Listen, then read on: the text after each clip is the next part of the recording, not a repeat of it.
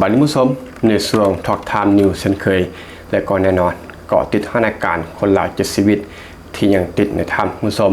ณวันนี้ก็เป็นวันที่28พฤษภาก็รวมเป็นเวลา9วัน9คืนที่คนลาวทั้ง7นั้นติดในถ้ำยังบ่สามารถออกมาได้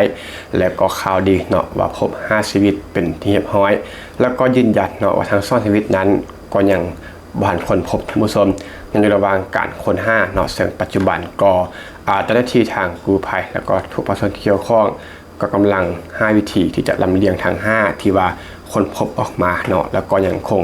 เล็งค้น5ซ่องชีวิตอันนี้ยืนยันเนาะว่าพบ5ยังเหลือซ่อง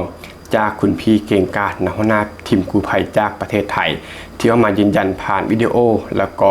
ผ่านทางโพสต์ที่เป็นข้อความท่านผู้ชมก็คือคอนเฟิร์ม 100% ว่าพบ5อย่างซ่องท่านผู้ชมและก็ในห้อง EP นี้เนาะในระหว่างการรอท่าความคืบหน้าเกี่ยวกับภารกิจการ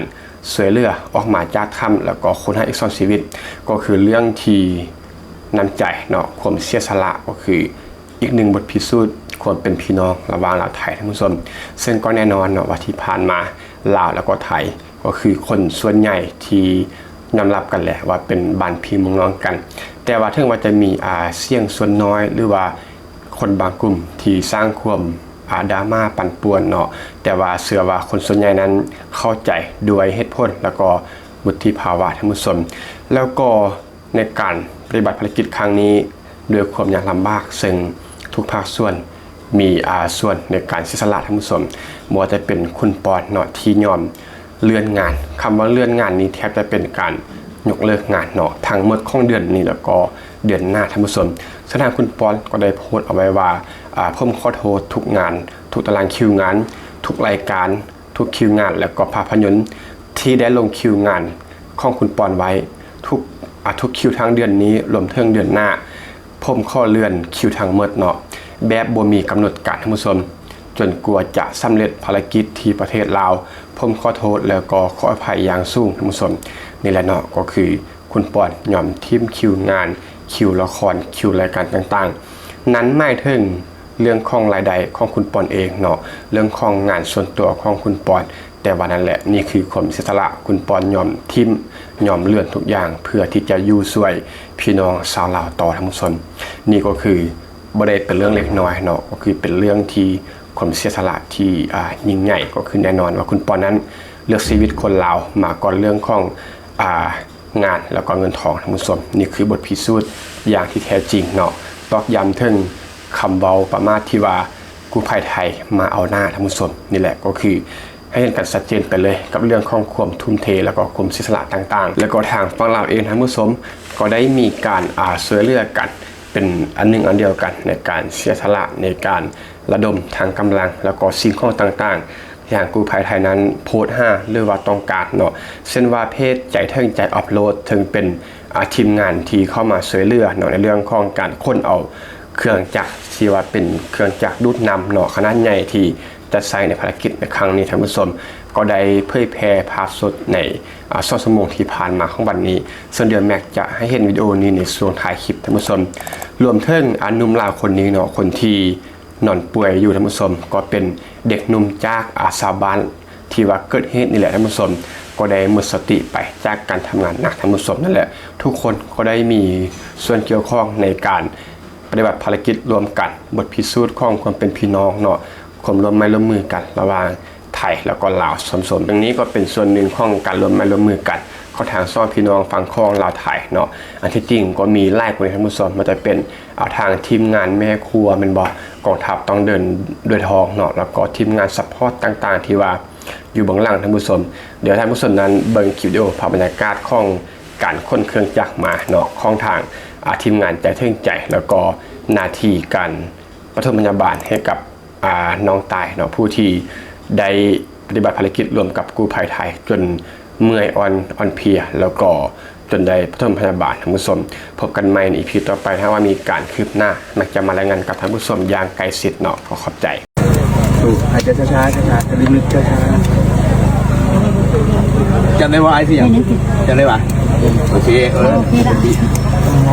หายใจฟื้นซื่อหรอไว้ตัวมันจริงอยู่แล้วเนาะได้ยินเขาได้ยิน กินแล้วเมื่อกี้คุยอยู่เลย ก็ไม่รู้ว่าน้องได้กินข้าวเขาไปแล้ว กินข้าวยังไม่ทานมันเมื่อยน้องตายนะครับทีมตุ่นพาผมบอกมาจากถ้ำเมื่อกี้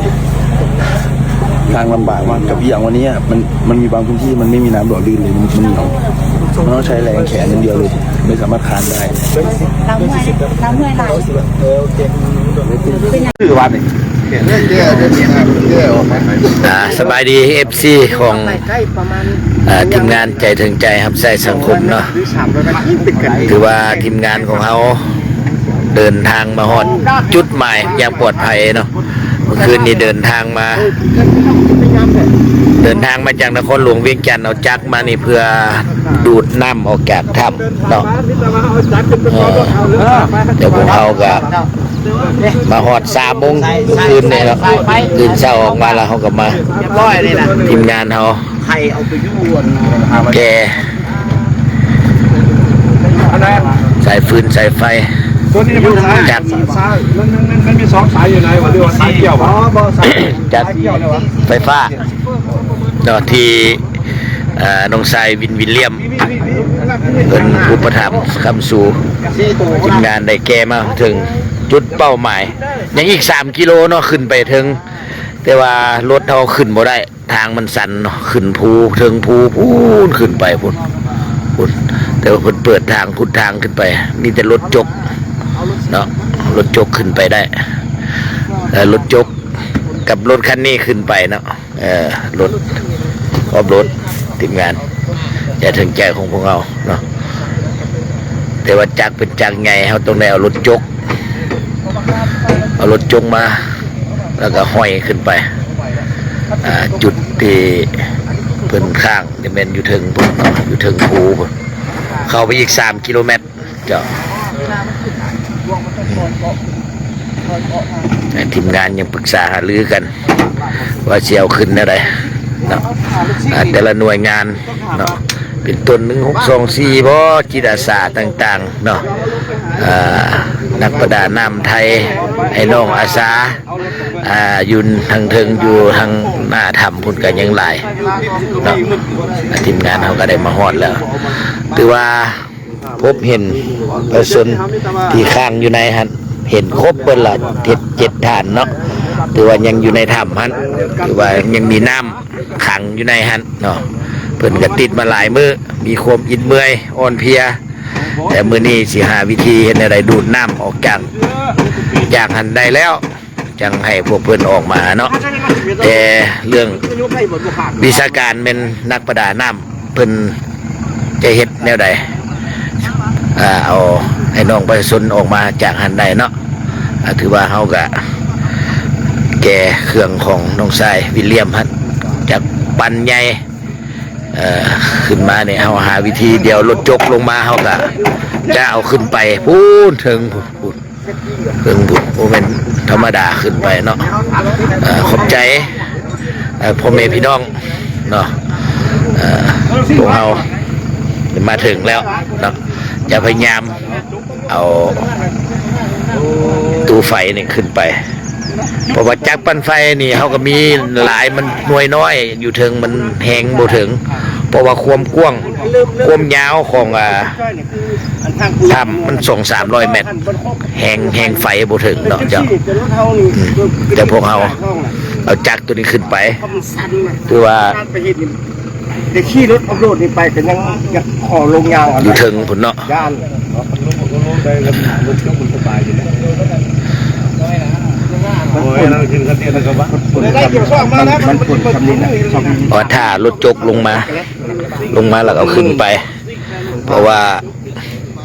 ไอ้น้อง7 คนก็ยังติดอยู่ในถ้ำฮะเพราะว่าโบได้บุทันได้ออกมาเถื่อแต่ว่าทุกคนแข็งแรงดีเนาะหรือว่าเพิ่นเมื่อยหลายก็หาวิธีดูดน้ำออกให้เบิดละทำประกันชีวิตเอาออกมาให้ได้เนาะทางทีมงานใจถึงใจของพวกเขาก็เป็นส่วนหนึ่งแล้วก็มีหลายๆจิตอาสามีหลายๆทีมงานมาซอยกันเนาะคนลาวเขาโบเคยทีมกันเนาะวางขึ้นไปก่อนแล้วก็รถยกขึ้นก่อน เสียเอาขึ้นนี่ยกขึ้นเนาะจะเอารถซกยกมา ยกขึ้นไปเลย สมมุติเอาบ่ออกบ่ใช่รถซิ่งใช้มันได้ไปเลยไปเจอรถตกบังคับรถที่ไปก็ได้เลย เครื่องนี้หนักประมาณต้นปลายเจ้าหนักประมาณต้นปลาย แม่แท้